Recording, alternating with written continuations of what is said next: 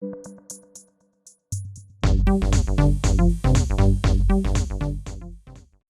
most reptile keepers, it's usually not necessary to handle the insects.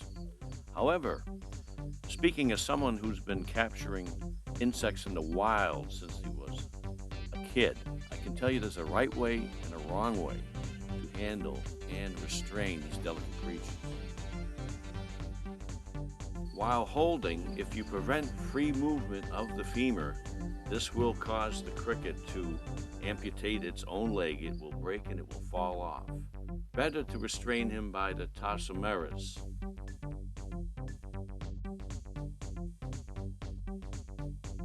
Get the cricket in this position as quickly as possible and you will prevent accidental amputations.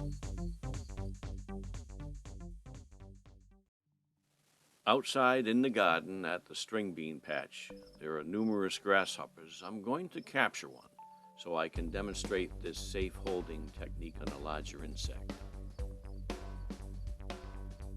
There's the capture. Now you'll notice in this next scene that he is forcing his femur up against my fingers. Now, if I allowed this to continue, he would amputate or break one or both of those legs. Instead, I've maneuvered him into this safe holding position.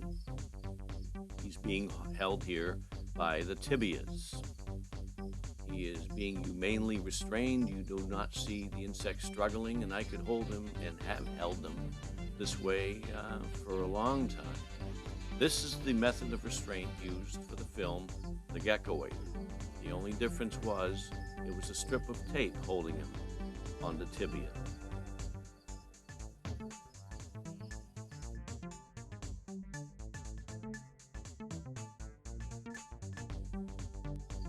No, you're not watching some outtake from the film Casino, and these ain't baseball bat blows.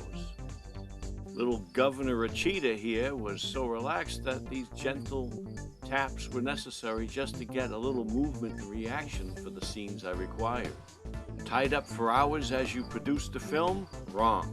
Here he is in the detachable Caesar box section.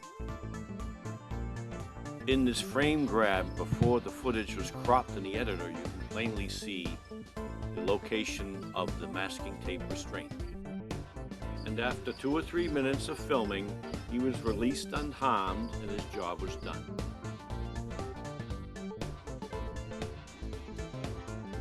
Squeezing this gate in my hand made it appear as though the cricket was pushing on it. He was simply hanging on for the ride and restrained in the same way.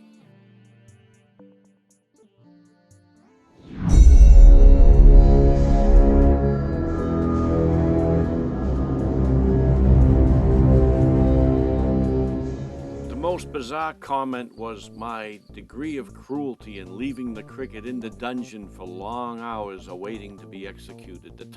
Well, the caption you just read for this sequence took longer than the actual time the cricket spent in the dungeon.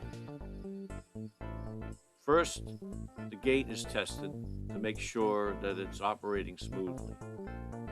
Then the cricket's tossed in the top to a hole, the gate opens, and the rest is history.